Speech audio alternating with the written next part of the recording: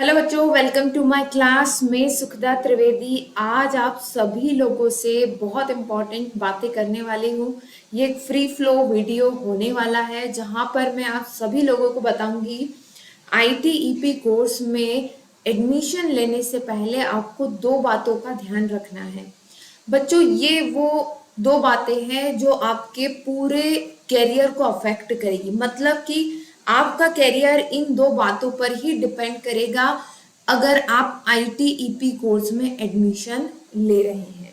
तो अगर मन बना लिया है कि हाँ आईटीईपी कोर्स करना है, हमें टीचर बनना है, तो फिर ये बहुत ज़रूरी वीडियो है आप सभी लोगों के लिए। आगे बढ़ने से पहले, कुछ बेसिक डिटेल देने से पहले आप सभी लोगों से रिक्वेस्ट करूंगी, अगर आप सीयूईटी या एनसीईटी की तैयारी कर रहे हैं तो प्लीज चैनल को जरूर सब्सक्राइब कीजिएगा और बच्चों वीडियो को लाइक भी कर दिया कीजिए ताकि आप जैसे और भी बच्चे जो सही डायरेक्शन ढूंढ रहे हैं अपनी लाइफ में उन तक ये वीडियो पहुंच पाए। चलिए अब बिल्कुल बेसिक से बात करते हैं। एक चीज मैं सभी लोगों को बता दूं, ये ITEP course integrated teacher education programme है जो कि 4 साल का प्रोग्राम होता है जिसमें आपको ग्रेजुएशन है ना प्लस बीएड की डिग्री मिलती है। ओके, ये लेटेस्ट कोर्स है जो नेशनल एजुकेशन पॉलिसी 2020 के अकॉर्डिंग चलाया जा रहा है पिछले साल से। ओके, अब इसमें आईटीईपी कोर्स में वो कौन सी दो बातें हैं जो आपको ध्यान रखनी है, जो आपके कैरियर को हमेशा अफेक्ट करेंगी। तो बच्चों वो दो बातें हैं आईटीईपी कोर्स में जब आप एडमिशन लेते हैं तो दो चीजों को आपको सिलेक्ट करना होता है ना। दो चीजों पर आपकी डिग्री डिपेंड करती है। कौन कौन से? आप कौन सा सब्जेक्ट स्पेशलाइजेशन कर रहे हैं, दूसरा कौन से स्टेज का स्पेशलाइजेशन कर रहे हैं। इसको मैं डिटेल में कवर करने वाली हूं अभी, तो ध्यान से सुनना है पूरे वीडियो को, ठीक है। सबसे पहले हम बात करते हैं सब्जेक्ट स्पेशलाइजेशन। ये बातें मैं आपसे क्यों कर रही हूँ, क्योंकि बहुत सारे बच्चों से मैं रोज व्हाट्सएप पर कभी बात करती हूँ, कभी किसी को ज्यादा प्रॉब्लम है तो फोन कॉल पर भी हम लोग बात करते हैं। तो उन्हें समझ में नहीं आ रहा है कि मैम ये सब्जेक्ट क्या है, ये स्टेज क्या है। देखिए, सब्जेक्ट स्पेशलाइजेशन ये है कि किस सब्जेक्ट के टीचर आप बनना चाहते हो, ठीक है। जब आप आईटीईपी कोर्स में एडमिशन लेने जाओगे, आप जब एनसीईटी एग्जाम क्लियर कर लोगे, है ना। आईटीईपी में कैसे एडमिशन मिल रहा है, एनसीईटी से या फिर सीयूईटी से। जब ये एग्जाम आप क्लियर कर लोगे, जिस भी यूनिवर्सिटी में एडमिशन चाह रहे हो वहां जाओगे तो आपसे दो चीजें पूछी जाएगी। और इवन हम ये भी कह सकते हैं कि एनसीईटी में तो जब आप फॉर्म भरते हैं तभी ये दो चीजें आपसे पूछ ली जाती हैं। तो फॉर्म भरने से पहले इन दो चीजों पर आपकी क्लैरिटी होनी चाहिए। आपसे पूछा जाएगा कि आप कौन सा मेजर सब्जेक्ट रखना चाहते हैं, कौन सा माइनर सब्जेक्ट रखना चाहते हैं। अब ये मेजर और माइनर का क्या चक्कर है? देखिए बच्चों, ये जो हमारी नई एजुकेशन पॉलिसी है इसके अकॉर्डिंग अब ये जो आईटीईपी कोर्स हो रहे हैं इसमें आपको दो सब्जेक्ट चूज करने होंगे। एक सब्जेक्ट आपका मेन सब्जेक्ट होगा जिसको हम मेजर सब्जेक्ट कहते हैं, और दूसरा आपका माइनर सब्जेक्ट होगा, ठीक है, जो कि सेकंड नंबर पर रखा जाएगा। इसका क्या फायदा है? इसका फायदा ये है बच्चों कि ये आईटीईपी कोर्स करने के बाद आप दोनों ही सब्जेक्ट में, ऐसा नहीं है कि सिर्फ मेजर में, आप दोनों ही सब्जेक्ट में अपने करियर को आगे ले जा सकते हैं। अब एग्जाम्पल की बात कर लेते हैं, ठीक है। फॉर एग्जाम्पल, मैं चाहती हूं कि मेरा मेजर सब्जेक्ट रहे बॉटनी, ठीक है, और मेरा माइनर सब्जेक्ट रहे केमिस्ट्री, ठीक है। ऐसे ही कोई हिस्ट्री भी रख सकता है, ठीक है, पॉलिटिकल भी रख सकता है, डिफरेंट कॉम्बिनेशन हो सकते हैं, संस्कृत रख सकता है, हिंदी रख सकता है। अपना मेजर और माइनर आपको सिलेक्ट करना होगा। तो फॉर्म भरने से पहले ही बच्चों ये सोच लेना है कि मैं किन सब्जेक्ट का टीचर बनना चाहता हूँ, मेरा मेजर क्या होगा, मेरा माइनर क्या होगा। और इसमें घबराना बिल्कुल नहीं है, क्योंकि एनईपी ये कहता है कि भले ही आपने मेजर में कोई सब्जेक्ट लिया हो, माइनर में कोई सब्जेक्ट लिया हो, आप मेजर और माइनर दोनों से अगर फ्यूचर में जा करके आप चाहते हैं कि आपको पोस्ट ग्रेजुएशन करना है, बहुत सारों की तो नौकरी लग जाएगी, वो चले जाएंगे अपनी अपनी जॉब में, पर किसी किसी की इच्छा ये होती है, किसी के पेरेंट ये चाहते हैं कि नहीं हमारे बच्चे पोस्ट ग्रेजुएशन करें, हमारे बच्चे पीएचडी करें, है ना। तो आप इन दोनों में से कोई सा भी सब्जेक्ट अपने पोस्ट ग्रेजुएशन में ले सकते हैं, ठीक है। इसके साथ एक डिक्लेरेशन और कर देती हूँ मैं यहाँ पर। बहुत सारे बच्चे मुझसे ये पूछते हैं कि मैम ये कोर्स करने के बाद क्या हम एसएससी कर पाएंगे, यूपीएससी आईपीएस बन पाएंगे।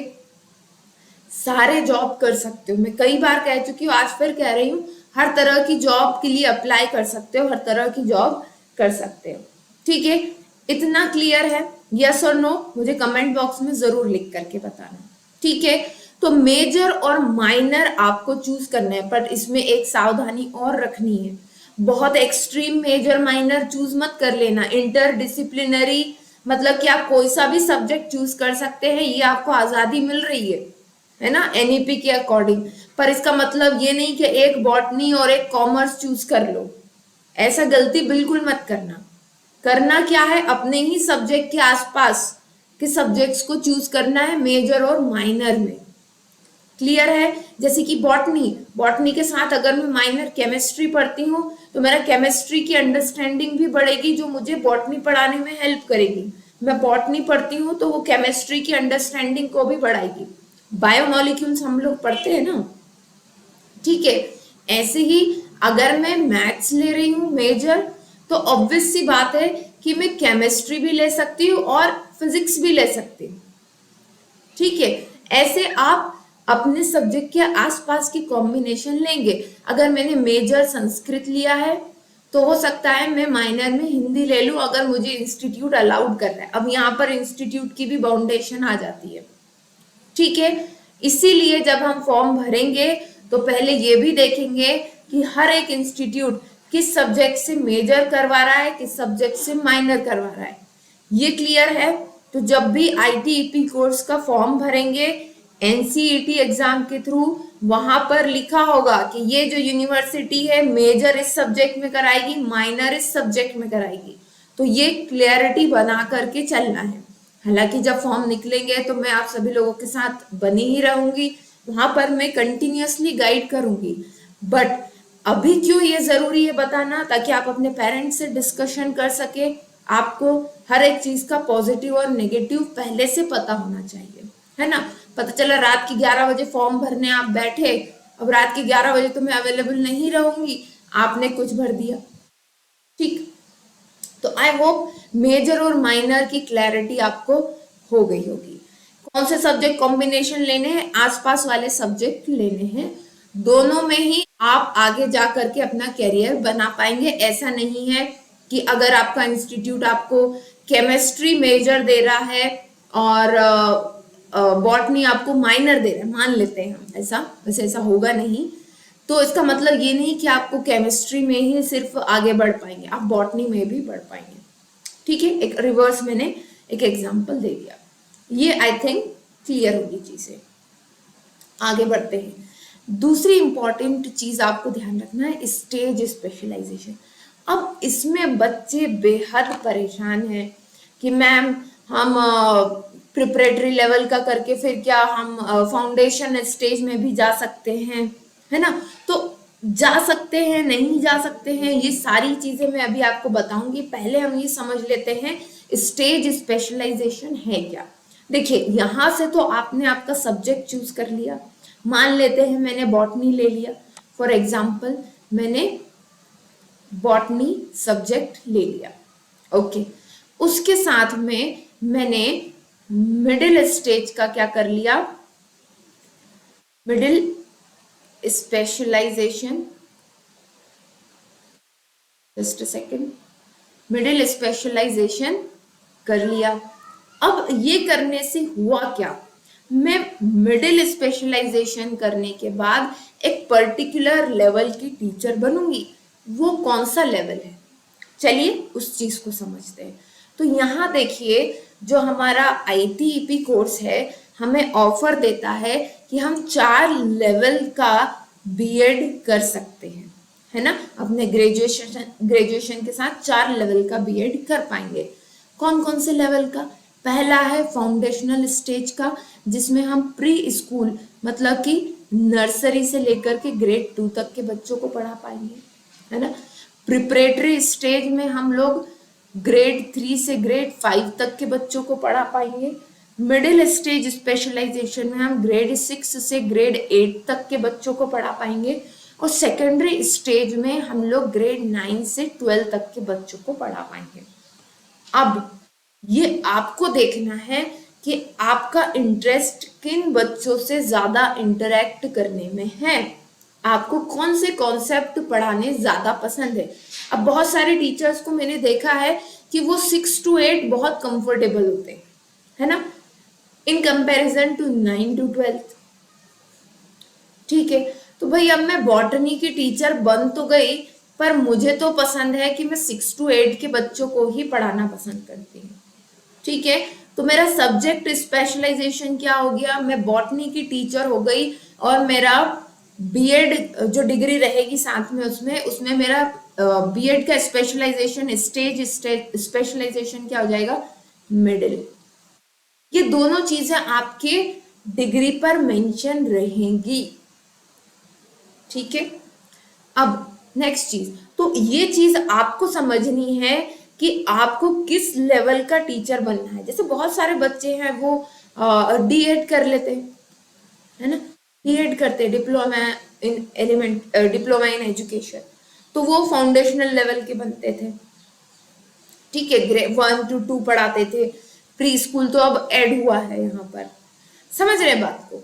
तो ये दो चीजें आपको डिसाइड करनी पड़ेगी कि आपके जो है सब्जेक्ट स्पेशलाइजेशन क्या होंगे और आपका स्टेज स्पेशलाइजेशन क्या होगा। बिना इसको डिसाइड किए हुए आपको आगे बढ़ना नहीं है।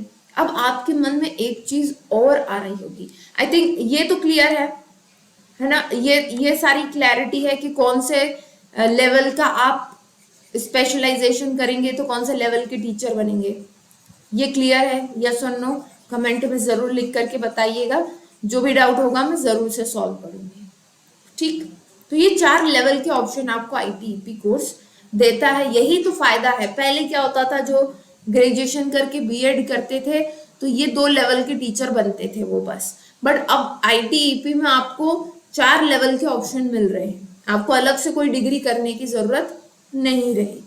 ठीक है, पर आपको चूज पहले ही कर लेना है, मतलब 12th के बाद ही आपको डिसाइड कर लेना है कि आपको किस लेवल का टीचर बनना है। ओके, अब जब आप आपने अपना स्पेशलाइजेशन स्टेज स्पेशलाइजेशन भी चूज कर लिया, आपने आपका सब्जेक्ट स्पेशलाइजेशन भी चूज कर लिया, देन अब क्या होगा, अब जब आप ये 4 साल की डिग्री करके निकलेंगे, फॉर एग्जाम्पल मैं बात करती हूँ कि आपने वही, हम सेम एग्जाम्पल लेके चल रहे हैं, बॉटनी में स्पेशलाइजेशन किया और मान लेते हैं कि हम इसमें से ले लेते हैं सेकेंडरी, है ना, सेकेंडरी स्टेज का स्पेशलाइजेशन किया मैंने बीएड के लिए। अब होगा क्या इसके बाद, अब इसके बाद ये होगा कि मैं सिर्फ 9th to 12th के लिए एलिजिबल हूं इन गवर्नमेंट सिस्टम। ठीक है, गवर्नमेंट के सिस्टम में मैं सिर्फ 9 to 12th के लिए एलिजिबल हूं। अगर आप किसी प्राइवेट इंस्टीट्यूट में जा रहे हैं तो ऑब्वियस सी बात है कि प्राइवेट वाले आपको 6 to 8th भी पढ़ाने का मौका देंगे, उसमें कोई डाउट नहीं है। ठीक है, बट गवर्नमेंट जॉब के लिए जब आप अप्लाई करने के लिए जाएंगे तो स्ट्रिक्टली आपको कहा जाएगा कि आप 9th to 12th के लिए ही अप्लाई करें।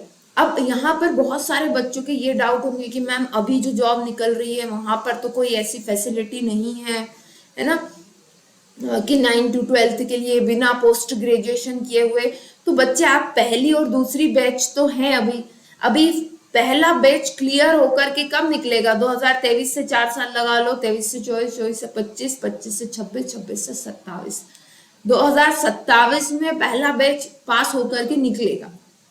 ठीक है, तो तब तक ये सारे चेंजेस कर दिए जाएंगे, जहां पर आप जॉब्स के लिए, गवर्नमेंट जॉब्स के लिए जहां पर रूल्स चेंज किए जाएंगे। ये क्लियर है?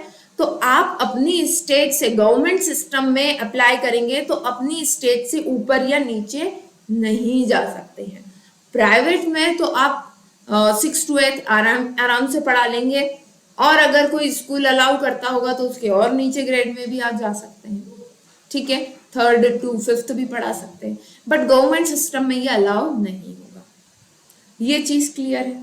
तो बच्चों ये वो दो चीजें थी जो आपको ध्यान रखनी है। Subject specialisation, stage specialisation, form भरते समय इंस्टीट्यूट को ध्यान से देखना है कि वो किस तरह का स्पेशलाइजेशन दे रहा है। साथ ही जब चूज कर रहे हो अपनी तरफ से, तो फिर सब्जेक्ट कॉम्बिनेशन और अपनी मर्जी के अकॉर्डिंग किसमें आप कंफर्टेबल हो उसके अकॉर्डिंग आपको स्टेज स्पेशलाइजेशन चूज करना है। आई होप इस वीडियो ने आपको बहुत कुछ क्लैरिटी दी होगी। फिर जल्दी मिलते हैं नेक्स्ट वीडियो में, तब तक के लिए best of luck and bye.